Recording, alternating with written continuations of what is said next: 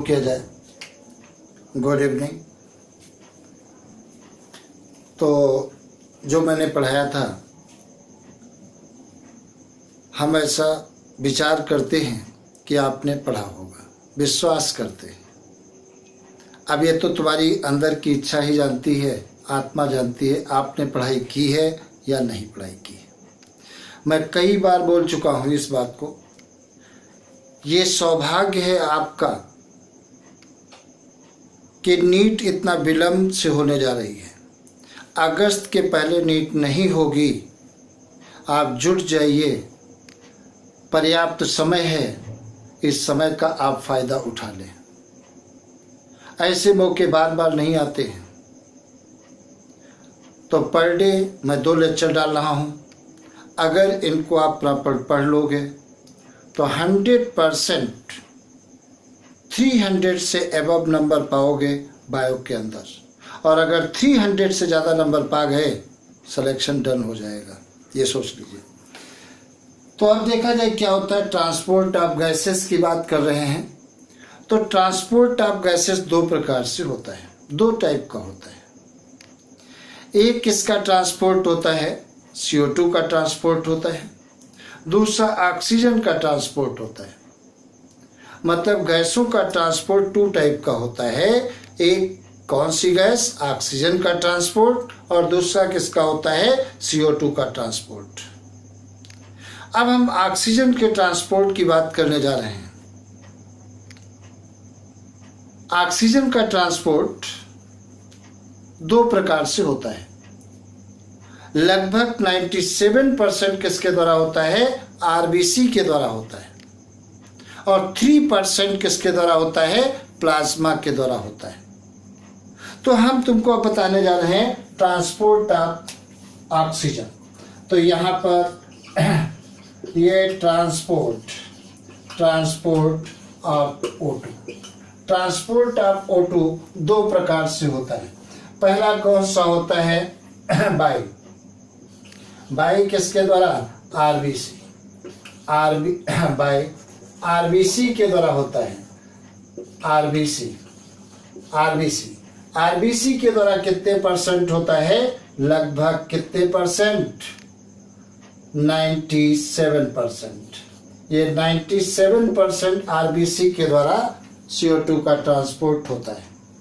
दूसरी बात देखा जाए क्या होता है, दूसरा कौन सा होता है,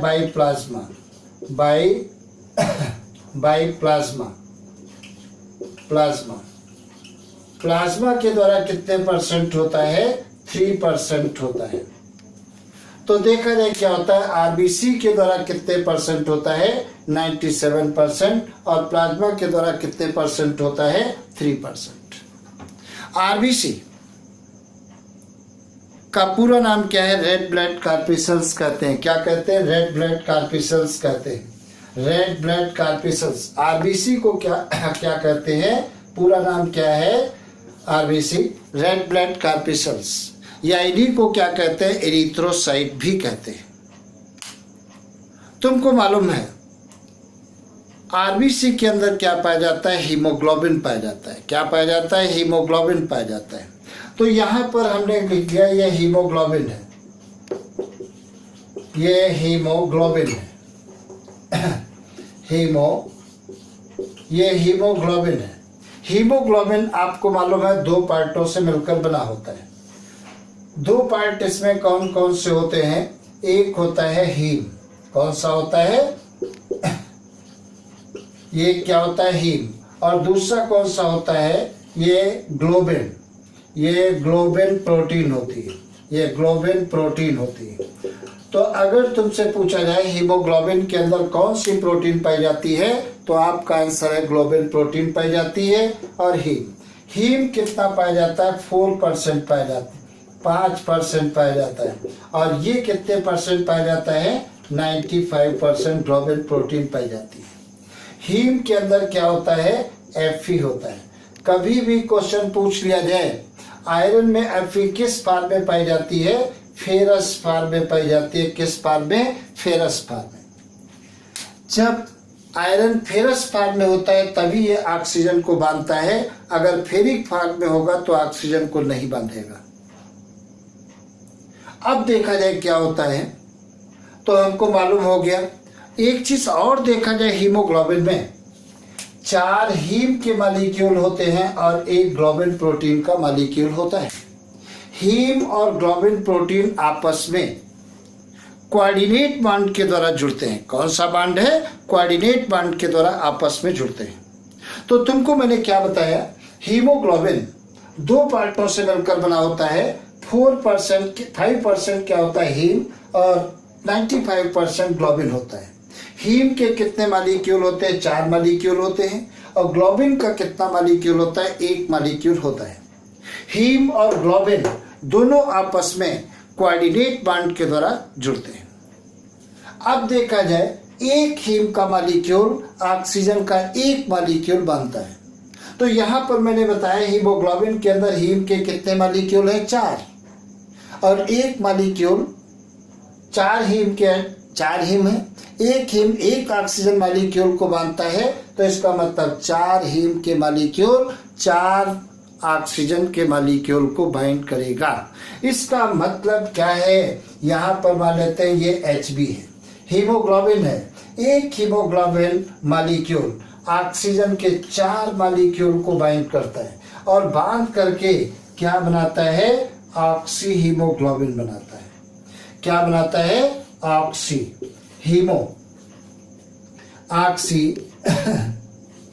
ये हीमोग्लोबिन बनाता है, ग्लोबिन बनाता है। ऑक्सी हीमोग्लोबिन का फार्मूला क्या होता है? HbO2 का होल 4 होता है। तो अब ये प्रोसेस कैसी होती है? रिवर्सिबल होती है। ये चीज तुम्हें याद रखना है, बहुत इंपॉर्टेंट है। ऑक्सीजन का, हीमोग्लोबिन का 1 मॉलिक्यूल ऑक्सीजन के कितने मॉलिक्यूल को बाइंड करता है? 4 मॉलिक्यूल को बाइंड करता है। और ये बाइंड करके क्या बनाता है? ऑक्सी हीमोग्लोबिन बनाता है। और ऑक्सी हीमोग्लोबिन का फार्मूला क्या होता है? HbO2 का होल 4 होता है। क्वेश्चन पूछ सकते हैं कि बताइए हीमोग्लोबिन के अंदर कितने हीम पाए जाते हैं? तो 4 पाए जाते हैं। और परसेंटेज पूछा जाए तो 5% पाया जाता है। हीमोग्लोबिन के अंदर प्रोटीन कौन सी होती है? ग्लोबिन प्रोटीन होती है। ये कितने परसेंट पाई जाती है? 95% मिलती है। अगर क्वेश्चन पूछ लिया गया नीट में, हीम और ग्लोबिन प्रोटीन आपस में कौन से बांड के द्वारा जुड़ती है? तो कोऑर्डिनेट बांड के द्वारा जुड़ती है। तो ऑक्सीजन का ट्रांसपोर्ट लगभग 97% किसके द्वारा होता है? आरबीसी के द्वारा होता है। और 3% किसके द्वारा होता है? प्लाज्मा के द्वारा। आरबीसी के अंदर हीमोग्लोबिन मॉलिक्यूल पाए जाते हैं और हीमोग्लोबिन ऑक्सीजन को बाइंड करके ऑक्सी हीमोग्लोबिन बनाता है। इस प्रकार से ऑक्सी हीमोग्लोबिन के रूप में लंग से ऑक्सीजन बॉडी के डिफरेंट पार्टों तक ट्रांसपोर्ट की जाती है। और 3% कैसे जाती है? प्लाज्मा के द्वारा जाती है। अब थोड़ी सी और देखी जाए बातें क्या होती है। यहां पर देखा जाए, अगर जो हम स्टडी करें, थोड़ा सा ग्राफ खींचे, सपोज करिए यहां पर हम ग्राफ खींचने जा रहे हैं। यहां पर ग्राफ खींचे, ग्राफ खींचते हैं। अगर यहां पर पार्शियल प्रेशर ऑफ ऑक्सीजन ले लीजिए, PO2 ले लिया, ये पार्शियल प्रेशर ऑफ ऑक्सीजन, और इधर पर मैंने क्या कर दिया? Percentage saturation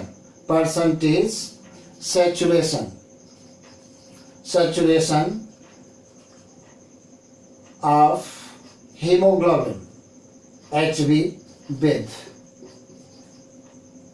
percentage saturation of haemoglobin with O2। इनके बीच अगर जो हम ग्राफ खींचा जाए, ग्राफ खींचे, बहुत इंपॉर्टेंट है, यहां से क्वेश्चन आता है।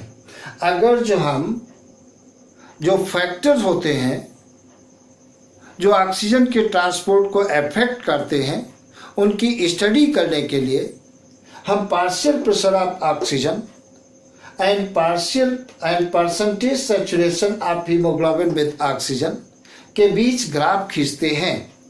तो कैसा ग्राफ हमें प्राप्त होता है? एस के आकार का ग्राफ प्राप्त होता है। कैसा ग्राफ प्राप्त होता है? एस के आकार का ग्राफ प्राप्त होता है। इस प्रकार से एस के आकार का ग्राफ प्राप्त होता है। जो एस के आकार का ग्राफ प्राप्त होता है उसे क्या कहते हैं, सिग्मोइड कर्व कहते हैं। क्या कहते हैं, सिग्मोइड कर्व कहते हैं। तो ये कहलाता है सिग्मोइड, सिग्मोइड कर्व कहलाता है, ये सिग्मोइड कर्व कहलाता है। और इसका शेप कैसा है, एस शेप्ड होता है। कैसा है, एस शेप्ड। कई बार क्वेश्चन पूछा गया है कि अगर जो partial pressure of oxygen and percentage saturation of haemoglobin with oxygen के बीच में ग्राफ खींचा जाए तो किस प्रकार का ग्राफ प्राप्त होता है। तो आपका आंसर है एस के आकार का ग्राफ प्राप्त होता है। और इस ग्राफ को क्या कहते हैं, सिग्मोइड कर्व कहते हैं। क्या कहेंगे, सिग्मोइड कर्व कहते हैं। अब देखा जाए क्या होता है, क्या कंडीशन है, कौन कौन सी कंडीशन है जिन कंडीशन के कारण ऑक्सीजन हीमोग्लोबिन के साथ बाइंड करती है। फेवरेबल कंडीशन की बात करें तो फेवरेबल कंडीशन कौन कौन सी होती हैं।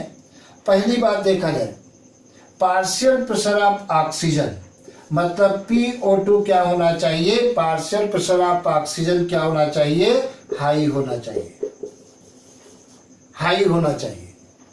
दूसरी बात देखा जाए, partial pressure of CO2, CO2 क्या होना चाहिए, लो होना चाहिए। पार्शियल प्रेशर ऑफ CO2 लो होना चाहिए। हाइड्रोजन आयन कंसंट्रेशन कैसा होना चाहिए, लो होना चाहिए, लो होना चाहिए। टेम्परेचर कैसा होना चाहिए, ये टेम्परेचर कैसा होना चाहिए, लो होना चाहिए। ये कंडीशन क्या होती है, अगर ये कंडीशन है तो फेवरेबल होती है और ऑक्सीजन अधिक से अधिक हीमोग्लोबिन के साथ बाइंड करके ऑक्सी हीमोग्लोबिन बनाएगा। तो ये फेवरेबल कंडीशन होती है इस प्रोसेस के लिए। मतलब अगर partial pressure of oxygen high है, पार्शियल प्रेशर ऑफ CO2 लो है, हाइड्रोजन आयन कंसंट्रेशन लो है, टेम्परेचर लो है, तो ये फेवरेबल कंडीशन होती है। ऑक्सीजन हीमोग्लोबिन के साथ बड़ी तेजी से बाइंड होकर के क्या बनाएगी, ऑक्सी हीमोग्लोबिन बनाता है। और तुमको अभी मैंने बताया है कि अगर जब पार्शियल प्रेशर ऑफ ऑक्सीजन और percentage saturation of haemoglobin with oxygen के बीच ग्राफ खींचा जाए तो एस के आकार का ग्राफ प्राप्त होता है। इस एस के आकार के ग्राफ को क्या कहते हैं, सिग्मोइड कर्व कहते हैं। और एक बात बताएं, मसल्स के अंदर जो हीमोग्लोबिन पाया जाता है उसे क्या कहते हैं, मायोग्लोबिन कहते हैं। क्या कहते हैं, मायोग्लोबिन कहते हैं। अगर हम मायोग्लोबिन का डिसोसिएशन कर्व देखते हैं तो कैसा होता है, हाइपरबोला होता है। कैसा होता है, हाइपरबोला होता है। मायोग्लोबिन का डिसोसिएशन कर्व कैसा होगा, मायोग्लोबिन का हाइपरबोला होता है। और यहाँ पर देखिए, इन दोनों के बीच में अगर जो ग्राफ खींचते हैं तो एस के आकार का प्राप्त होता है, जैसे सिग्मोइड कर्व कहते हैं। ये हीमोग्लोबिन ऑक्सीजन के साथ जब बनता है तो यहाँ पर रिवर्सिबल प्रोसेस होती है। मतलब इसके साथ ये बाइंड होगा इन कंडीशन में, ये कंडीशन है तो ऑक्सीजन हीमोग्लोबिन के साथ बाइंड होगा। अगर कंडीशन इसके रिवर्स है, अगर पार्शियल प्रेशर ऑफ ऑक्सीजन क्या है, लो है, पार्शियल प्रेशर ऑफ CO2 लो है, हाई है, partial pressure of hydrogen ion high है, टेम्परेचर क्या है, हाई है। मतलब ये अगर जो कंडीशन है, मतलब PO2 कैसी है, लो है, लो है। और PCO2 क्या है, PCO2 हाई है, हाई है। और H+ आयन क्या है, हाई है, हाई। और टेम्परेचर कैसा है, ये टेम्परेचर कैसा है, हाई है। इन कंडीशन में क्या होगा, ऑक्सी हीमोग्लोबिन का डिसोसिएशन होता है। ऑक्सी हीमोग्लोबिन का डिसोसिएशन होगा, मतलब ऑक्सी हीमोग्लोबिन से ऑक्सीजन अलग हो जाएगी, मतलब Hb और O2 बन जाएंगे। तो ये कंडीशन है, तब Hb और O2 मिल करके ऑक्सी हीमोग्लोबिन बनाएगा। अगर ये कंडीशन है तब ऑक्सी हीमोग्लोबिन ब्रेक होकर के Hb और O2 बनाएगा। ये कंडीशन कहाँ पर होती है? In the lung. ये कहाँ पर होती है? इन लंग होती है, लंग्स में होती है। और ये कंडीशन कहाँ होती है? In the body tissue, in the body tissue, ये बॉडी टिश्यू में होती है, इन द बॉडी टिश्यू में होती है। तो ये बात तुम्हें याद रखना है, ऑक्सी हीमोग्लोबिन कहाँ पर बनता है? लंग में बनता है। और ये ब्रेक कहाँ पर होगा? टिश्यू में होगा। तो ये कंडीशन कहाँ पर होंगी? टिश्यू में होंगी। और ये कंडीशन कहाँ पर होंगी? लंग में होंगी। और 3% ऑक्सीजन का ट्रांसपोर्ट किसके द्वारा होता है? प्लाज्मा के द्वारा होता है। तो इन पर यहां से क्वेश्चन आते हैं, तुम्हें याद रखना है।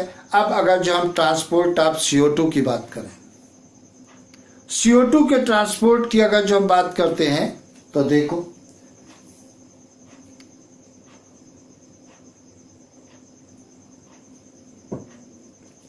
CO2 का ट्रांसपोर्ट 3 प्रकार से होता है।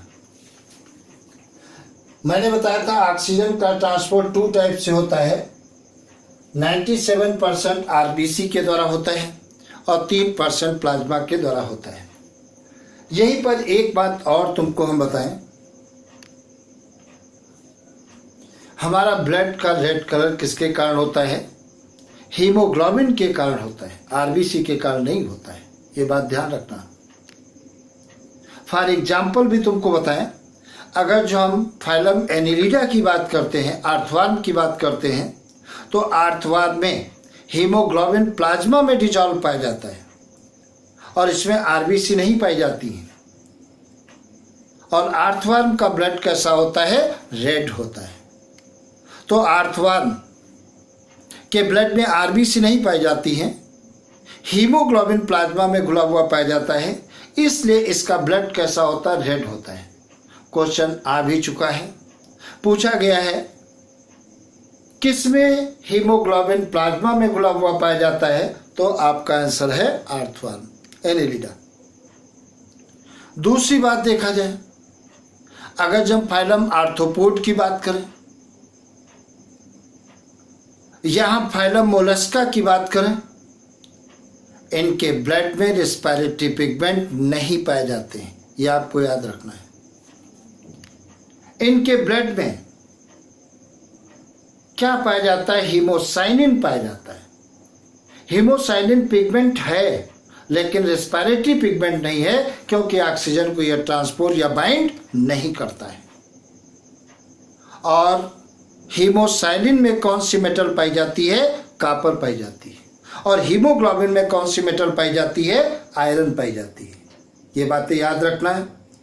मतलब मैंने क्या बताया, फाइलम आर्थ्रोपोडा और मोलस्का के जितने भी मेंबर्स हैं उनके ब्लड में हीमोसाइनिन पाया जाता है, हीमोग्लोबिन नहीं पाया जाता है। और हीमोसाइनिन रेस्पिरेटरी पिगमेंट नहीं है, क्योंकि ऑक्सीजन को ट्रांसपोर्ट नहीं करता है। और हीमोसाइनिन में क्या होता है? कॉपर होता है। और हीमोग्लोबिन में क्या होती है? आयरन मेटल पाई जाती है। और किस फॉर्म में पाई जाती है? फेरस फॉर्म में पाई जाती है। तो ये तो मैंने बताया है ट्रांसपोर्ट ऑफ ऑक्सीजन। अब अपन पढ़ने जा रहे हैं ट्रांसपोर्ट ऑफ किसका? Carbon dioxide.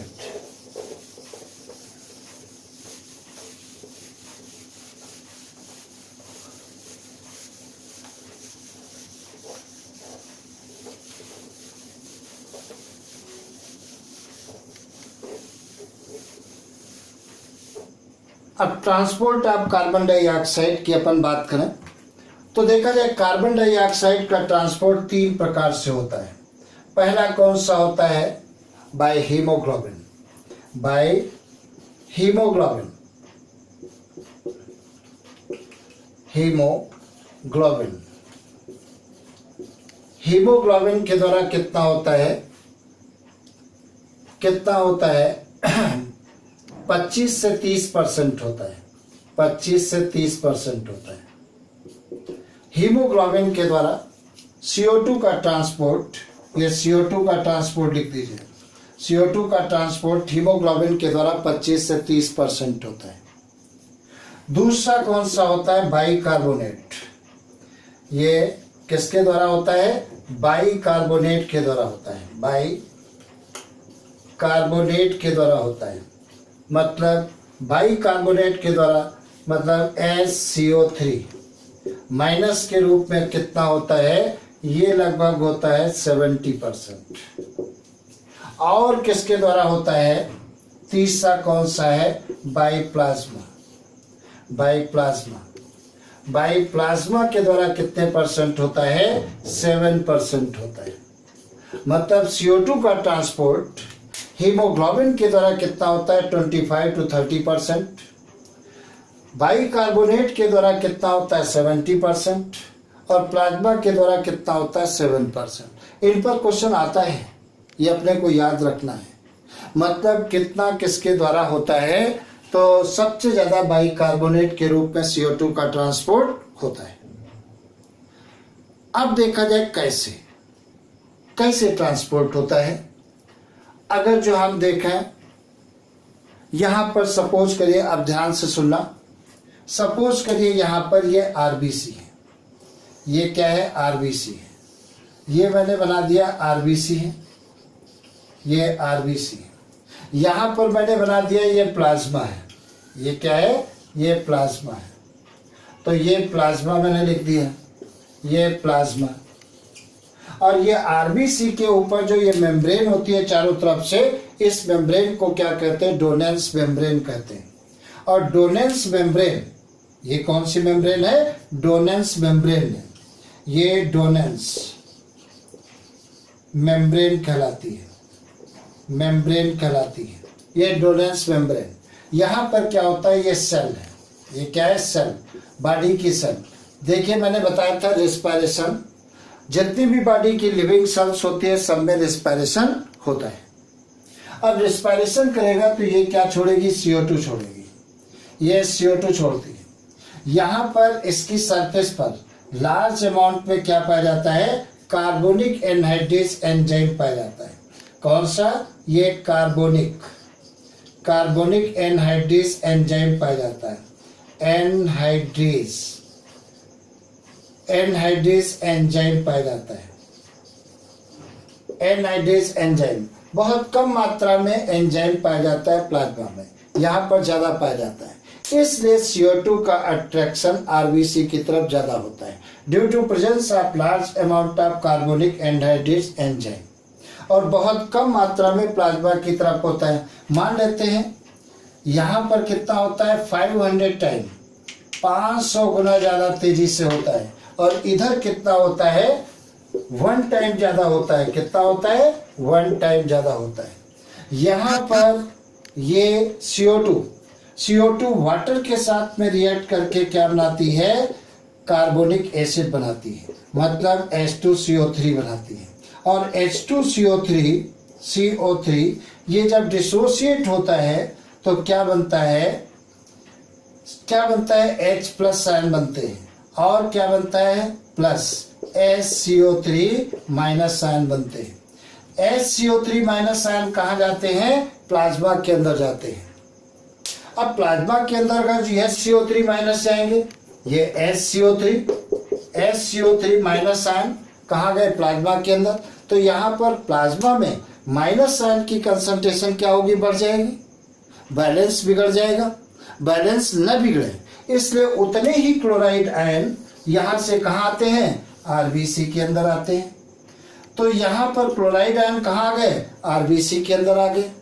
एक बात बहुत इंपॉर्टेंट बताने जा रहे हैं, प्लाज्मा से क्लोराइड आयन का RBC की तरफ आना, RBC के अंदर एक्युमुलेट होना क्या कहलाता है? क्लोराइड शिफ्ट कहलाता है या हैम्बर्जर इफेक्ट कहलाता है।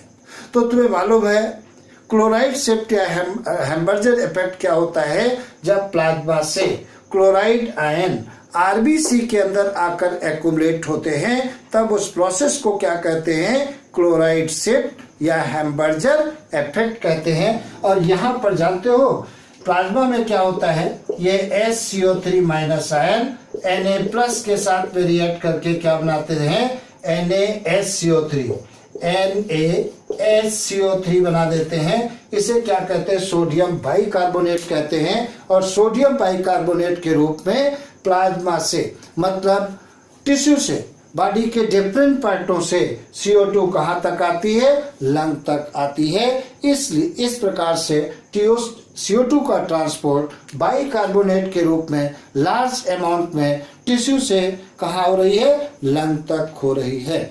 इस प्रकार से CO2 का ट्रांसपोर्ट बाइकार्बोनेट आयन के द्वारा होता है। आज की सेवा इतनी, जम करके पढ़ाई करिए और कंटिन्यूअस आगे फिर पढ़ाएंगे।